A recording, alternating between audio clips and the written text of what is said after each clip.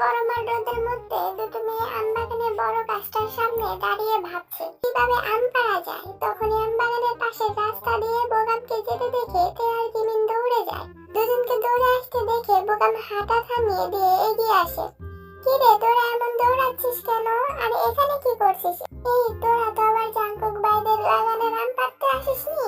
চুপ থাক বেগুনের বাচ্চা, কথা বলতেই আসিস, উত্তর তো দিতে দিবি। আমরা তো জাঙ্কুক ভাইগো গাছে আম পাড়তে আইছি, তোর কোনো সমস্যা? এখন ফটাফট তুইও আয় তো। আমি কেন? আর আয়ো দাদি দেখলে লাঠি দিয়ে দৌড়ানি দিবে। এসব চুরি করা ভালো না, বুঝলি? বাড়ি যা তোরা। তুই যে এই বয়সে ওই পাড়ার শুকনার লগে প্রেম করস, ওইটা কি আমরা জানি না? এটা কি ভালো কাজ? আমাদেরকে এখন আম পাড়ে দিবি, নয়তো চাচিকে গিয়ে সব বলে দিব, দেখিস। তের কথা শুনে এবার দমে গেল বোগাম। দুঃখী দুঃখী মুখ করে ইটের দেওয়াল টপকে বাগানে ঢুকে আম গাছে উঠলো। কয়েকটা আম পাড়ার পর হঠাৎ করে কোন হতিনের আলো আমার কাছে আম পাড়লো। তোমার ছোট হতিনেরা, দাঁড়া, হতিনের ঘরের হতিন গাইতেছি আমি। আয়ুর আসার শব্দ শুনে পড়ে থাকা আম কুড়িয়ে এক প্রকার দৌড়ে বাগান থেকে বেরিয়ে গেল তে আর জিমিন। এদিকে বোগাম বেচারা দাঁত হয়ে কাঁপাকাঁপি শুরু করে দিয়েছে। আয়ু এসে কাউকে না দেখে ফিরে গেল। তার ভালো করেই জানা আছে কোন বিচ্ছুগুলো এখানে ছিল। বোগাম এখন একটা ডালে গুটি মেরে বসে আছে। আম্মা, কোন খাম্বারে সামনে দিছে গো আম্মা? তোমার মায়ের মাথাটা ভেঙে দিছে আম্মা। ও আব্বা গো, তোমার রান্নাটা ডাক শোনা হইল না। দৌড়ে আসতে গিয়ে সামনে থাকা কিছু একটার সাথে ধাক্কা খেয়ে কথাগুলো বলতে লাগলো তে।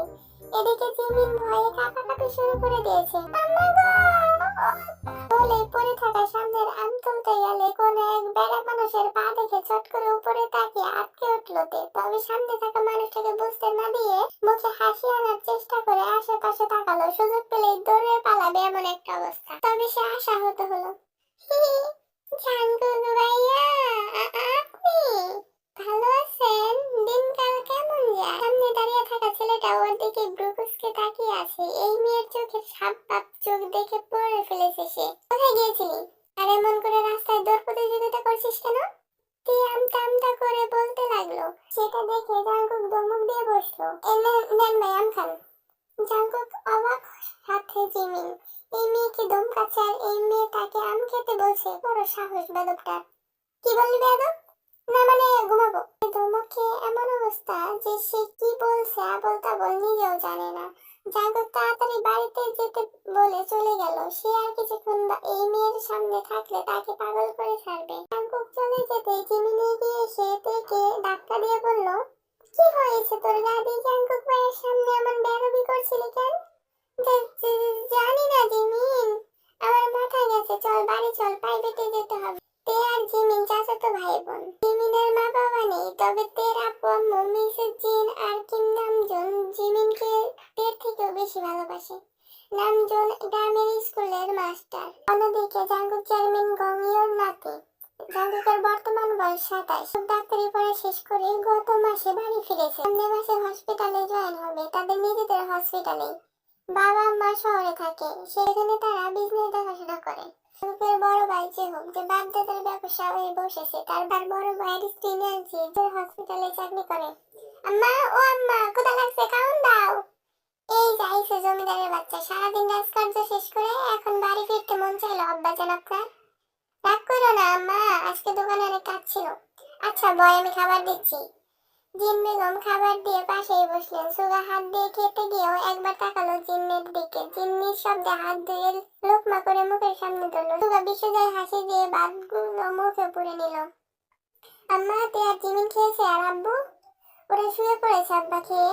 শেষ করে তেদের রুমের দিকে গেল সুগা। দরজা হালকা ধাক্কা দিতেই খুলে গেল। এই দরজা খোলার শব্দে তে আর জিমিনের হাত থেকে ফোন পড়ে গিয়েছে। ঘুমানোর নাম করে তোরা ফোন দিয়ে কি করস?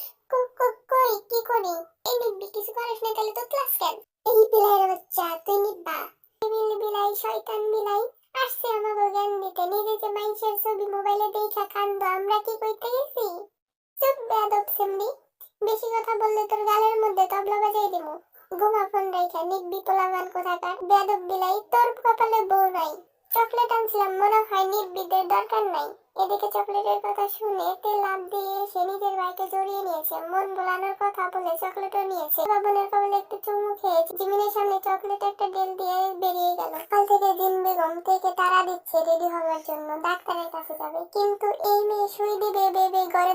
মেরে বসে আছে। তে এই মাস্টারের মাইয়া দরজা খোল বলছি, না হলে দরজা ভেঙে ঢুকবো, তোর খবর আছে বলে দিলাম।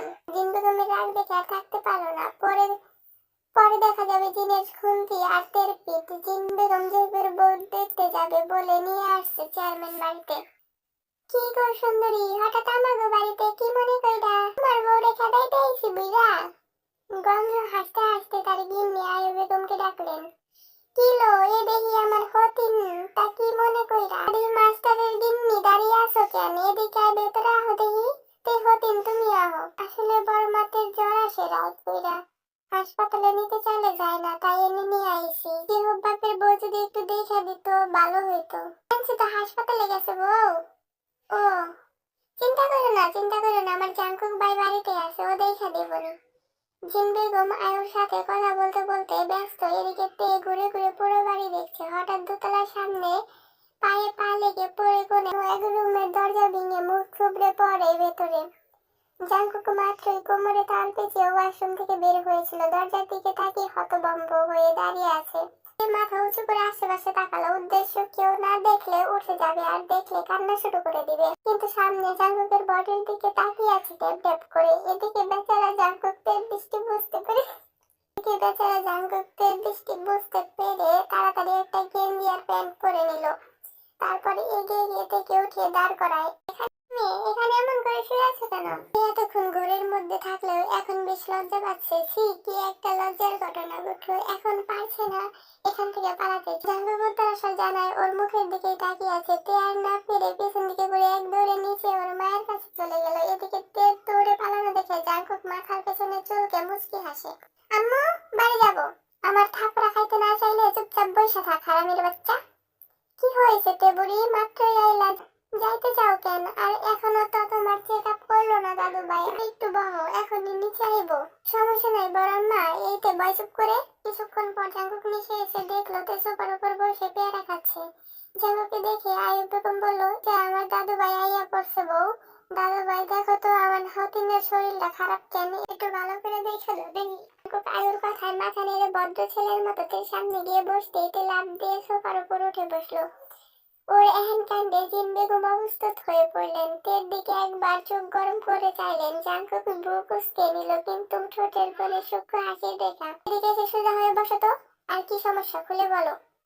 তে কিছু না বলে একবার জিন বেগমের দিকে তাকাচ্ছে তো একবার জাঙ্কুকের দিকে। বলো, সমস্যা কি তোমার মায়ের মুখে? তোমার কেমন লাগে সেটা বলো। বলে হাত বাড়িয়ে চোখ দেখে বলল, দেখি জিহ্বাটা বের করো তো। তে বেদবি করছো কেন? জাঙ্কুক বাবা যা বলছে সেটা করো। মায়ের বকা খেয়ে জিহ্বা বের করে দিল। তে জাঙ্কুক দেখে কিছু মেডিসিন লিখে দিয়ে হাসপাতালে গিয়ে একবার রক্ত পরীক্ষা করিয়ে আনতে বলে বেরিয়ে গেল। জাঙ্কুক যেতে জিন বেগম আয়ুর থেকে বিদায় নিয়ে চলে এলেন। আজকে সকাল থেকে রোগী দেখতে দেখতে মাত্র একটু ফ্রি হয়েছে জাঙ্কুক। নিজের কেবিনে বসে কিছু কাগজপত্র কাটছে আর সকালের কথা মনে করে মুচকি হাসছে। এমন সময় কেবিনের দরজা ঠেলে নেন্সি ভেতরে আসতে আসতে বলল, ব্যাপার স্যার, আপনার মুখে হঠাৎ হাসি পড়ছে, ব্যাপারটা কেমন সন্দেহজনক। ব্যাপার কি বলো তো ভাবি। কাজ শেষ, তোমার ভাই আসছে নিতে, ভাবলাম দেখা করে যাই। খাওয়ার কারণে হাসার কারণটা কি শুনি। এক মিনিট, আমি যা ভাবছি সেটাই তো নাকি? নেন্সি কিছু না বলে সাবধানে কাজ করতে বলে বেরিয়ে গেল। এদিকে একবার তাকিয়ে চেয়ারে হেলান দিয়ে বসে কিছু একটা করতে লাগলো জাঙ্কুক। বেগম খাবারের সব থালা বাসন পরিষ্কার করছে বেসিনে। সবাই রাতের খাবার খেয়ে রুমে চলে গেছে। তে ড্রয়িং রুমে বসে টিভি দেখছিল। এমন সময় বাড়ির কলিং বেল বেজে উঠলো। তে দেখ তো, সুগা এসেছে মনে হয়, দরজাটা খোল। ভাই এসেছে ভেবে পায়ের বেলার আগে ছুটে গিয়ে দরজা খুলে হা করে ভূত দেখার মতো করে তাকিয়ে আছে তে। এদিকে কোনো শব্দ আসছে না দেখে জিন বেগম হাত ধুয়ে এগিয়ে আসলো। বাবা যে এত রাত করে আমাদের বাড়িতে কি করতে? বাবা ওখানে দাঁড়িয়ে আছো কেন? ভেতরে আসো। এই তো সব সামনে থেকে। হাইপার হবেন না আন্টি, আসলে এই মেডিসিন গুলো দিতে আসলাম। সুগা কল করে বলল, দেখছো ছেলের কাজ। বসো বাবা, আমি শরবত করে আনছি। না আন্টি, হসপিটাল থেকে সোজা আসছি। তাই কি হয়েছে, বসো। এখন তো আর আগের মতো আসো নাই বাড়িতে, নয়তো সুগার রুমে গিয়ে হাত মুখ ধুয়ে নাও, আমি টেবিলে খাবার দিচ্ছি। অন্য একদিন আসবো আন্টি।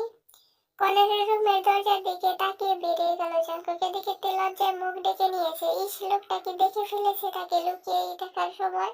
বেবে মুখে হাত রেখে বিছানার উপর হয়ে শুয়ে পড়ে জাঙ্কুকের কথা মনে করে মুচকি মুচকি হাসতে লাগলো। যখন থেকে ভালো লাগা কিংবা ভালোবাসা বুঝতে শিখেছে সেদিন জাঙ্কুককে মনে মনে পছন্দ করে। লুকিয়ে লুকিয়ে দেখা তের নিত্যদিনের কাজ।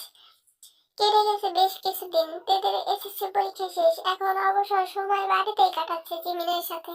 হঠাৎ করে নামজুন খাবার টেবিলে জানিয়েছে সামনের সপ্তাহে তে আর জিমিনের বিয়ে। তে জিমিন বেশ উত্তেজিত হয়ে গেল, বাবাকে কিছু বলতে পারেনি। মা, আমাদের কি বিয়ের বয়স হয়েছে বলো? আমি বিয়ে করতে চাই না মা। কিভাবে বলবে? সেই জাঙ্কুক ভাইকে ভালোবাসে, তাকে ছাড়া অন্য কাউকে বিয়ে করতে পারবে না। জিমিনও মনে মনে সুগাকে ছোট থেকে পছন্দ করে। জিমিনের সাথে সুগার বিয়ে ঠিক করেছে বললেও তেকে বলা হচ্ছে না ছেলেকে। জানলে না হয় বিয়ে ভাঙার ব্যবস্থা করা যেত। জুন বেগমের করা নিষেধ, তে যেন বাড়ির বাইরে না যায়। জিমিন, এক গ্লাস ঠান্ডা পানি দে তো। পারবো না, তোমার হাত নাই, নিজে নিয়ে খাও। কিরে নিব্বি, এমন দজ্জাল ব্যক্তিদের মতো বিয়ের আগেই বেডিগিরি শুরু করছিলি কেন? যা চুপচাপ পানি নিয়ে আয়, নয়তো থাপ্পড় দিয়ে গালে তবলা বাজাই দিব। কি বললি বিলাই? দাঁড়া। বলেই জিমিনা দরজার কিনারার ঝাড়ু নিয়ে দৌড় মারলো সুগার পেছনে। দেখতে দেখতে বিয়ের কাঙ্ক্ষিত দিন চলে এলো। আজকের বিয়ে কিছুটা জোর করে সাজানো হয়েছে তেকে। জিমিনের পাশেই কান্না করে যাচ্ছে তে। এদিকে রেজিস্টারের খাতায় জোর করে স্বাক্ষর করিয়েছে তের মা। এতো ভেবে করে কান্না শুরু করেছে তে। কাজী সাহেব বিয়ে পড়াতে শুরু করতে বরের জায়গায় জাঙ্কুকের নাম শুনে কান্না থেমে হেসে উঠে গিয়েছে তের। চোখ রসগোল্লার মতো করে তাকিয়ে আসে কাজের দিকে। কি হলো বলো মা কবুল? আপনি পরের নাম আবার বলেন তো বুড়ো। এ কেমন কথা মা? একবার বললাম তো। পাশ থেকে তের রিয়াকশন দেখে সবাই মিটিমিটি হাসছে। কাজে আবার একটু বিরক্ত নিয়েই বলল, জিয়ন জাঙ্কুক। কবুল কবুল কবুল। নাম শুনতে এক নিঃশ্বাসে 3 বার কবুল বলে দিল তে। সবাই এবার অট্টহাসিতে ফেটে পড়লো। ফুলে সজ্জিত বিছানার উপর ঘুমটা দিয়ে বসিয়ে রেখে গেছে জাঙ্কুকের কাজিনরা তেকে। প্রায় 30 মিনিট ধরে এমন করে বসে আছে তে। বিরক্তিতে নাক মুখ কুচকে পর দরজা খুলে ভেতরে ঢুকলো জাঙ্কুক। তা দেখে মুখ অন্যদিকে ঘুরিয়ে বসলো তে। জাঙ্কুক একটা প্যান্ট আর গেঞ্জি নিয়ে ঢুকে গেল ওয়াশরুমে। সেটা দেখে আরো মন খারাপ হলো তে। অনেক কিছু জানার আছে, আর এই লোকটা কথা না বললে তেকে ইগনোর করে চলে গেল। আমিও কথা বলবো না, আমাকে ইগনোর করা। জাঙ্কুক ফ্রেশ হয়ে এসে তোয়ালেটা বের করেছে মিলে পিছনে ফিরতে দেখলো তে ওর পাশে। জাঙ্কুক তের চোখের দিকে তাকিয়ে কেটে কেটে বললো, কি কোন সব? তে পিছতে পিছতে কাপা কাপা কণ্ঠে বললো, এই যে আমাকে বিয়ে বিয়ে যা দেখছো সেটাই। বলে তের কোমর টেনে নিজের সাথে মিশিয়ে নিল। তোমাকে দেখে আমার নেশা লাগছে বউ। কি কি কি করছেন জাঙ্কুক ভাই? হুশ, চুপ। বিয়ে করেছে কি ভাই ডাক শোনার জন্য? বলে আলতো করে তের কপালে চুমু খেলো জাঙ্কুক। তে সেখানে চোখ বন্ধ করে স্ট্যাচুর মতো দাঁড়িয়ে পড়েছে, কোনো নাড়াচাড়া নেই। তা দেখে মৃদু হাসলো জাঙ্কুক। দুটো হাতে পাত কোলে করে বিছানায় নিয়ে শুয়ে দিল। তে এখন চোখ বন্ধ করে শুয়ে আছে। জাঙ্কুক সেদিকে তাকিয়ে লাইট বন্ধ করে দিল। কি মাসুদেরা, কি দেহস, লাইট বন্ধ করে দিছে? যা ভাগ, আমিও কিছু দেখতাছি না, তবে কেমনে কমো? क्या जाने तू मेरे इरादे ले जाऊंगा सांसें चुरा के। दिल कह रहा है गुनहगार बन जा, बड़ा चैन है इन गुनाहों से आगे। मैं गुमशुदा सी रात हूँ, मेरी खुशियाँ ले जाऊंगा सांसें चुरा के। दिल कह रहा है गुनहगार बन जा, बड़ा चैन है इन गुनाहों से आगे।